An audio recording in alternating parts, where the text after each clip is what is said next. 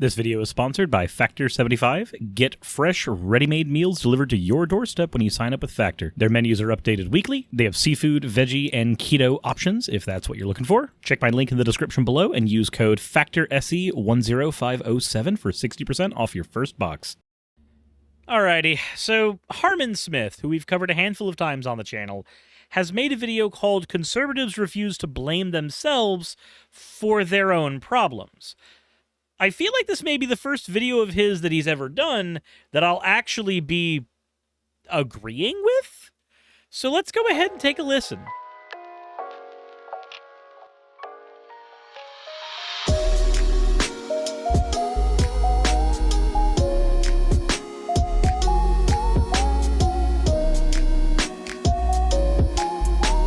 But first, fan art section. This one's from Dream Grove. Said, I'm pretty new around here, but I drew an ooey gooey slime Suris.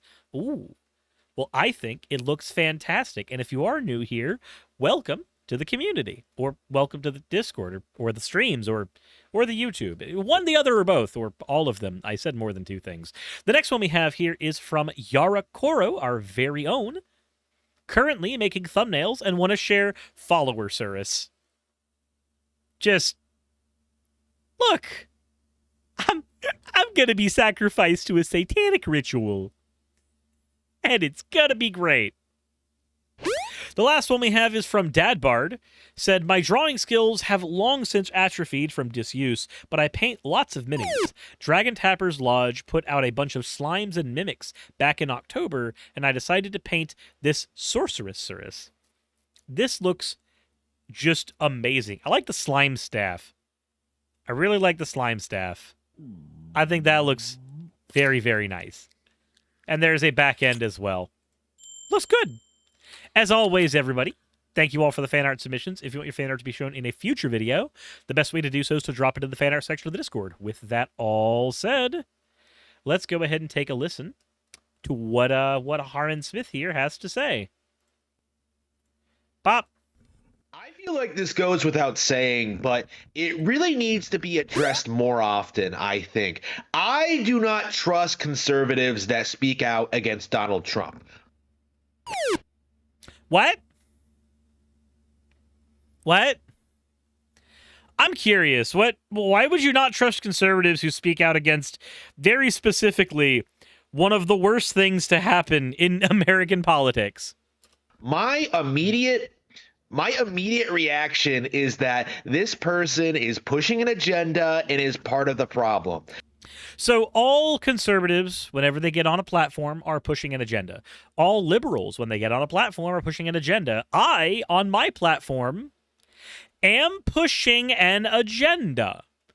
Everybody who has a voice to speak and speaks loudly on a platform to viewers has some kind of agenda. The agenda may be, I would like to entertain 100 people today.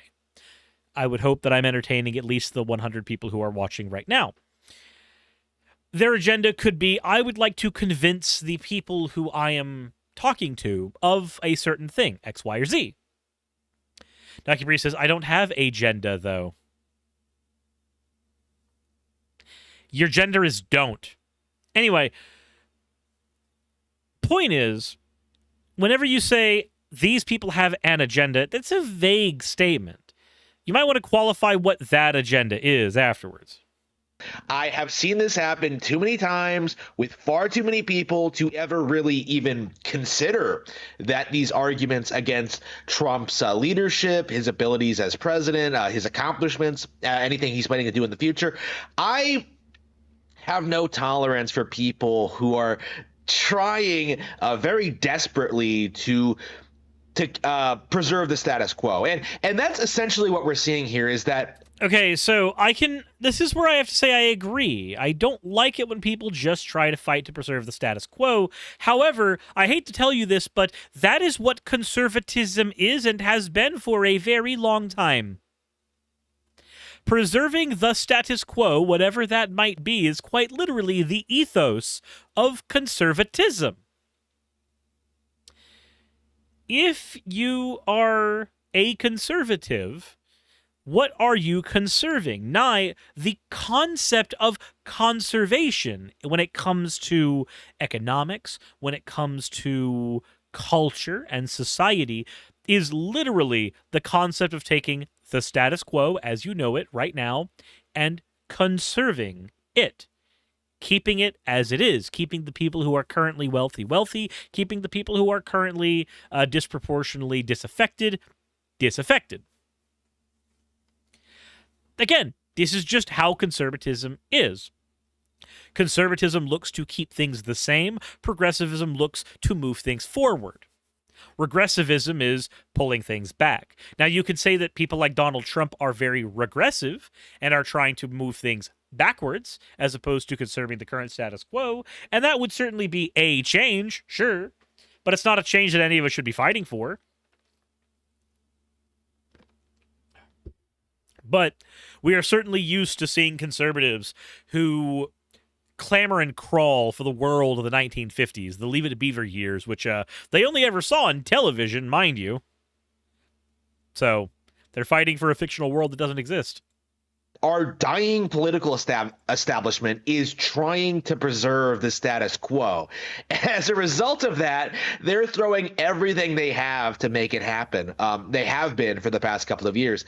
And, it is going to collapse eventually. In a lot of ways, I think it has been ever since 2020 when they overstepped their bounds. But it's going to be a long, drawn-out process, mostly because the general public isn't doing anything about it. I think that is like the main problem at this point is that like the general public refuses to educate themselves, to take action, to really like take a stand for anything on any subject. It's not just like these very big serious political issues. It's the general public refusing to take a stand on any subject. So all of the protests that have happened in the last 2-3 years just fell on deaf ears for you? Also, yeah, he's speaking in vagaries. They want to get it. They want to accomplish it. They're trying to take the status quo and keep it. They weren't able to get it. The public doesn't fight for what they believe in. None of these things are ironed out concepts. These are vague platitudes that there's nothing attached to them. Everyday stuff, right? Like, their everyday interactions with other people, they're being controlled and they don't really want to admit it or acknowledge it at all. I am getting very, very tired of seeing these people refuse to take any kind of meaningful action in not only like their government or local politics, but really in their own lives. And that is like the thing I've been noticing a lot lately, as I become wealthier and, increase my quality of life and stuff like that. Like as he becomes wealthier and increases his quality of life. So I do not know what he technically does for a living. I know that he says that he's a writer. I don't know if he's made any actual money off of the books he's written, but I also know that he's got a Patreon with maybe like $4 of support on it. I don't know to what extent he works to earn a living, so I don't want to rag on that. But so I think he just self-confessed to what? To what? Pharaoh Funk. How do you come to that one? I'm gonna move past that. Really, when you come from nothing, right? When you like go through these steps to become successful, you kind of do take in the fact that like the vast majority of the people around you aren't doing shit. Like that is the reality of my situation, or was, I suppose, when I was really building up to where I am now. It's so. What have you built up to is my question. I don't. Again, I never want to make fun of somebody for their financial situation. Largely, people's financial situations are not their fault. And NB Vixen named Vixie, thank you for redeeming your points for an whoa, I didn't catch that when that happened. But what did you build up to specifically? I'm confused. I don't know what you built up to. Starting from nothing and building up to what you have now, that's fine, but like a concept of what that is could be helpful. For me, I can say I started from having nothing at the age of 18. I had my game systems, but I moved out of my parents' house and got an apartment in the middle of Crestview, Florida. And I didn't have very many possessions in that apartment. I had a laptop that my friend Jazz sold me for $100, and that's what I did all of my gaming on because it was the only thing that I had that I could do most of my stuff on. I had a Wii as well, but, you know, it was the Wii, the second Wii that I had when I was a kid. And I worked up from that apartment, that studio apartment, to moving to Georgia and eventually buying my own house on 2 acres of land, which the house itself is not the best house it possibly could be. And y'all know from watching my streams that I've had to build a significant portion of that house myself because the renovators that did a job on it initially did not do a good job on it at all.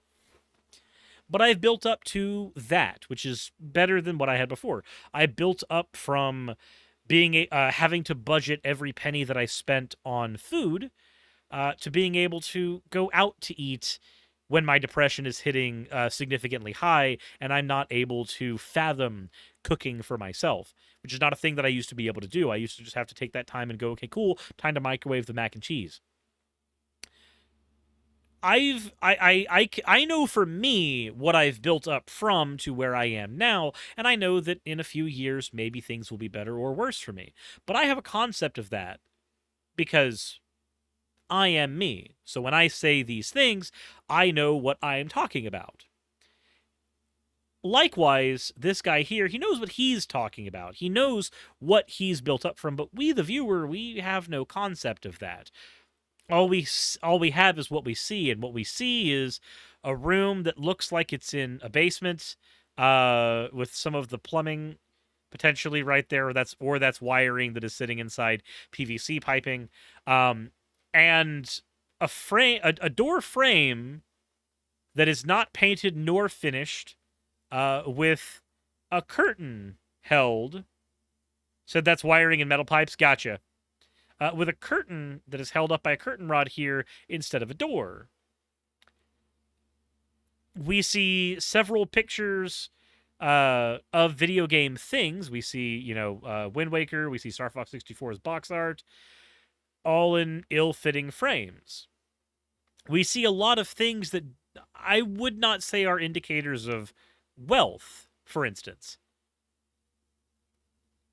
He's got the gaming chair, but anybody who's been in a gaming chair for any amount of time knows that they are not very comfortable.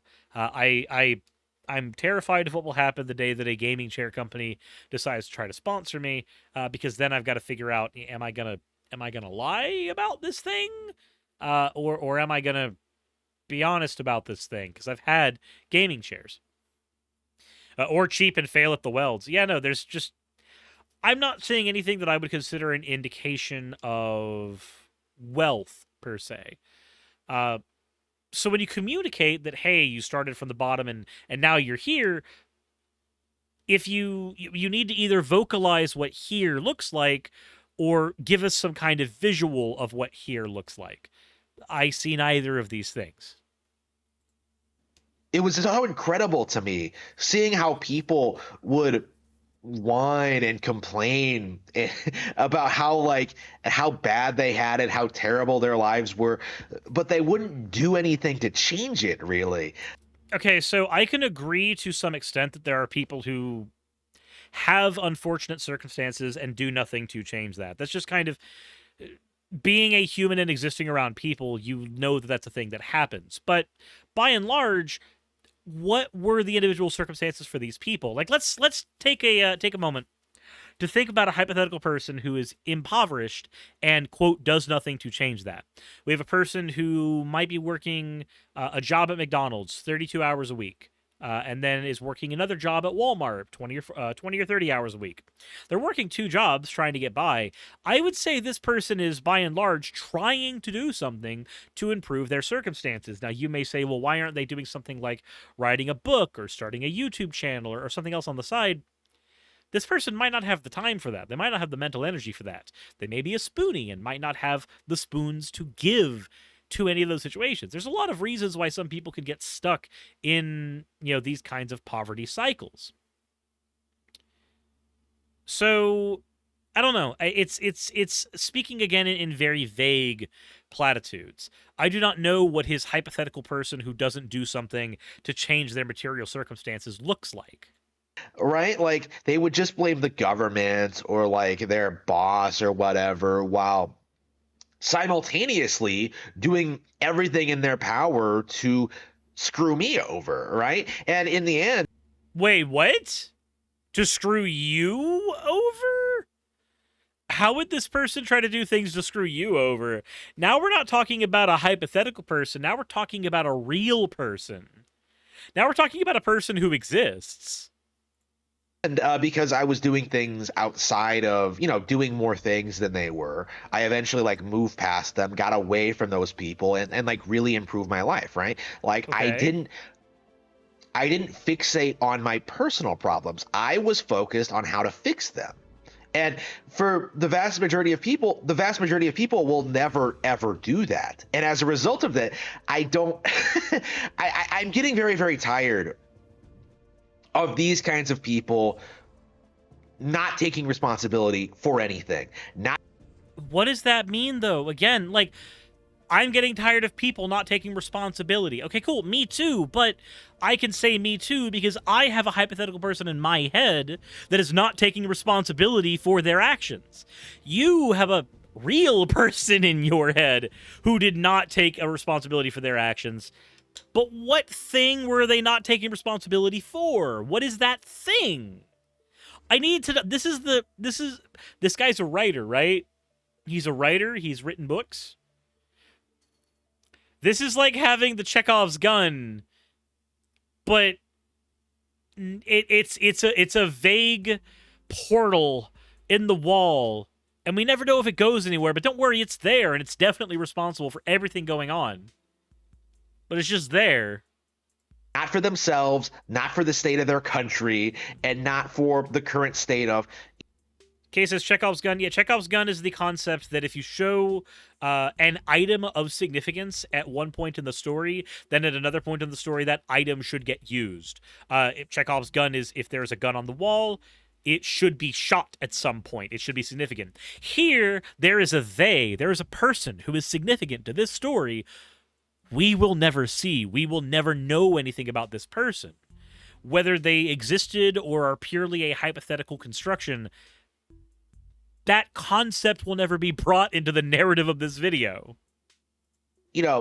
Everything, really. Like, it's getting very, very tiresome, honestly. I really want to see things change in that front. And it's... What does see things change mean, though? What things? In what ways do they change? I need more information than this giant fake post. Not going to happen until people make it change for themselves. Like, I make what am change? very confident that like things are getting better. Actually, what are I things? think things are getting better. To be completely honest with you, all the signs are there. We are like marching towards what? like a better future and what stuff is a better like future? that.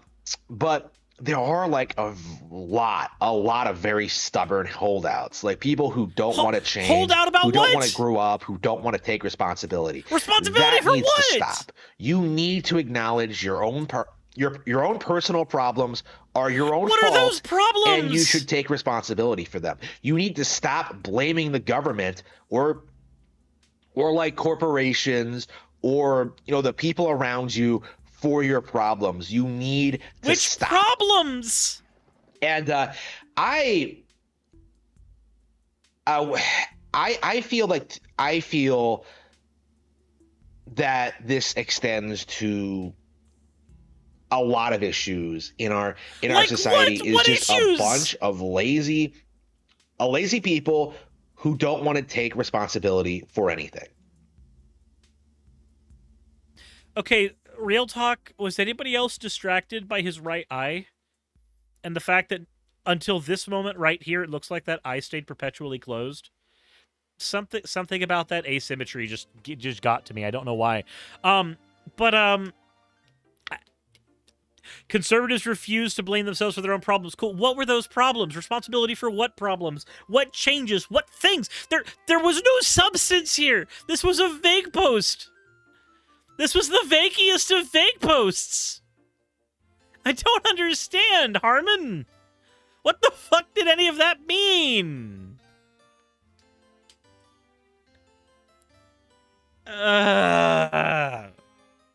Anyways, if you gleaned something of worth out of that I couldn't, then let me know in the comment section below. Past that, insert end of video tagline here.